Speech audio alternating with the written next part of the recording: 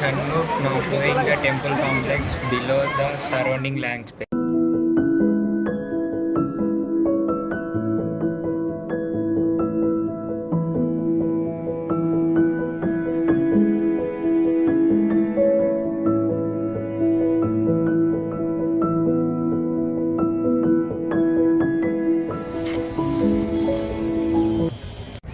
Before we conclude our journey through Swarnagiri, let me share the story behind this magnificent place.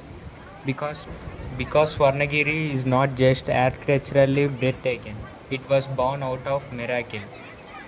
This temple was built by Manballi family, and their story is one of faith, graduate, and divine intervention. In 2016, the the matriarch of the family fell into a coma. Doctors tried everything, but hope was fading.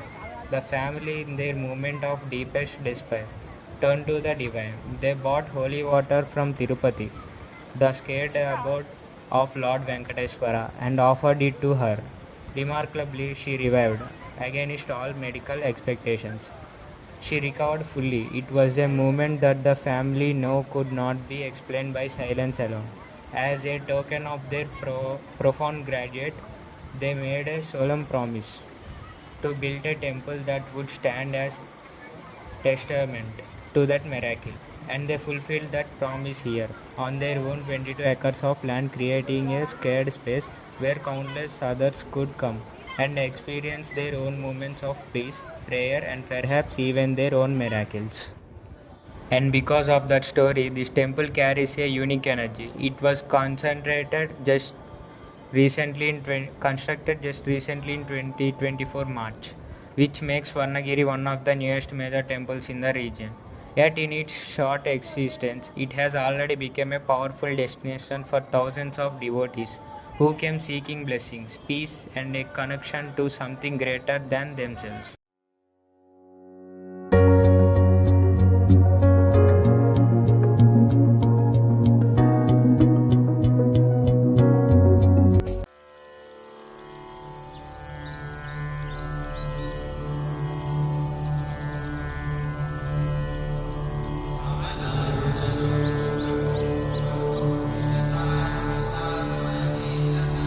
कमलाकुचूचुककुङ्कुमतो नियतानुनितातुलनीलतनो कमलायतलोचनलोकपते विजयी भव वेङ्कटकृतैरपराधशतैः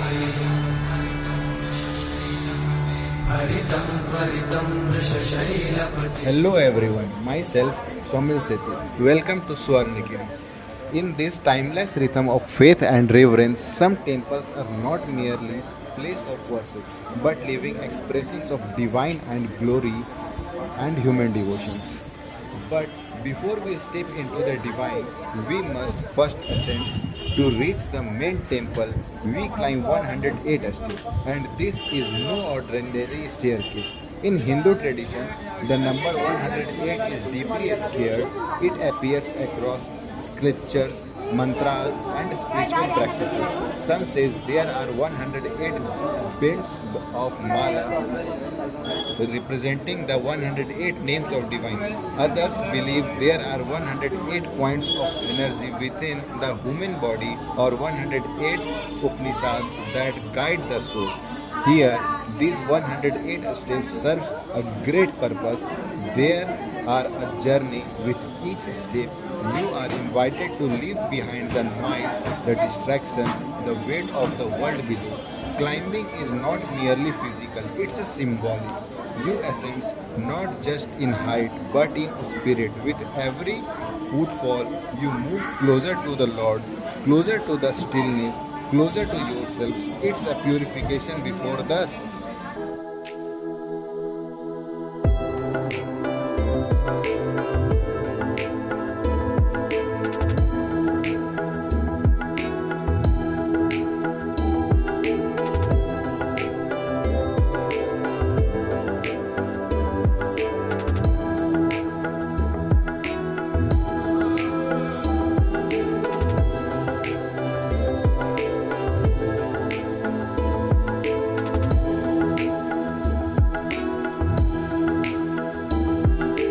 Now I am going to show the Raj Gopuram and then you arrive at this. Look at the massive entrance tower standing before us, a structure that seems to touch the heaven. This is called the Raj Gopuram. The word Raja means king and Gopuram means tower, and indeed this tower rules the skyline. But here's something remarkable. This is not only one. Swarnagiri is designated with four such Rajgopurams, one on each of the four cardinals' direction, welcoming devotees from every corner of the world. So, as we stand as the threshold, having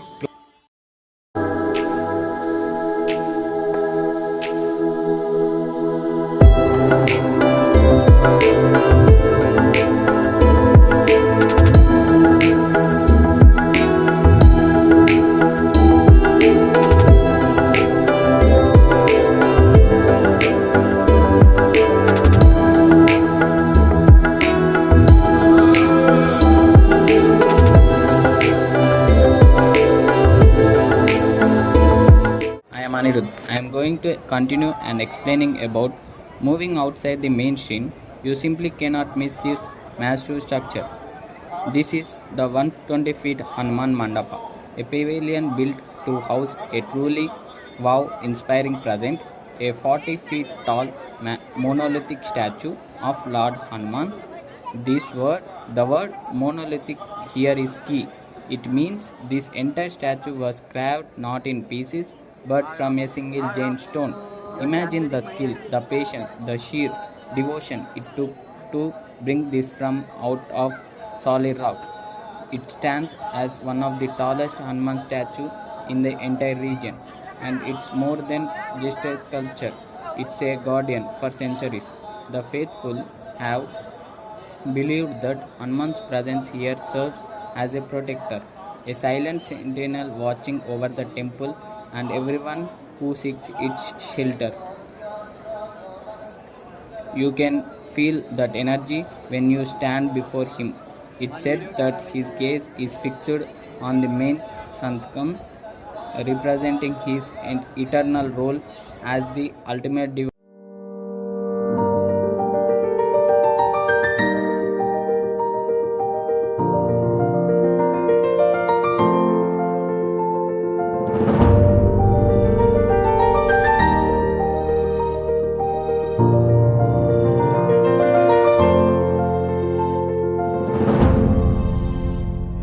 Now I am going to explain bronze bell. But as we step a little further, we discover another incredible feature. This isn't just any bell. This is a massive bronze giant, a masterpiece of sound and craftsmanship. Weighing in at about 1.5 tons, this bell holds a prestigious title. It is the second largest bell in all of India. Can you imagine the deep resonant sound it would produce? In fact, legend has it that the sheer vibration of this bell was designed to echo across the surrounding landscape, announcing the glory of the temple and warding off any negative energy from miles around. Together, the 40-foot stone guardian and this colossal, colossal bronze bell create a powerful duo. One stands in silent, unwavering vigilance, while the other ones call the faithful to prayer with a voice of thunder. They are not just structures, they are symbols of strength, devotion, and the enduring legacy of this scared place. Thank you. 34 లక్షల జీవరాశులన్నిటినీ కూడా సమానంగా చూసుకునేవాడు బహు పరాక్రమవంతుడు దేవతలు కూడా యుద్ధాన్ని చూసి భయపడేవారు. My name is Aman. We are here in Swarnagiri and I will explain you about Jalanarayana Sannidhi. Now we come to something truly extraordinary. Throughout this temple, we have seen towering gopurams, monolithic statues, and ancient architectural traditions. But what I am about to show you is unlike anything else you will find here or perhaps anywhere. This is the Sri Jalanarayana Swami Sannidhi. Jala means water. As the name suggests, this is not a typical sanctum. Instead of a dry chamber with a deity placed on a pedestal, this sanctum is filled with crystal clear water. And within that water, immersed in its serene embrace, rests the deity of Lord Jala Narayana Swami. Look closely and you will see how the light transforms this space. It shifts with every subtle movement of the water, a gentle breeze, the footstep of devotee, even the quiet passage of time. The result is living canvas where light and water become artistic, painting new patterns with every passing moment. Notice the people here. They are not rushing. They are not speaking loudly. They stand in silence watching. There is something about the way the light dances on the water that invites stillness. In a world that moves so fast, this place asks you to pause, to breathe, to simply be. As evening deepens, the colors change. The light shifts from warm gold to deep blues, from soft ambers to gentle greens. Each hue brings new mood, a new feeling. Some say it feels like standing at the edge of a celestial pool. Others say it reminds them at the cosmic ocean from which all creation merged. This is Swarnagiri's crown jewel, a place where water meets light, where reflection meets devotion, and where a single moment of stillness can feel like a lifetime of peace. This is the Sri Jala Narayana Swami Sannidhi. Thank you.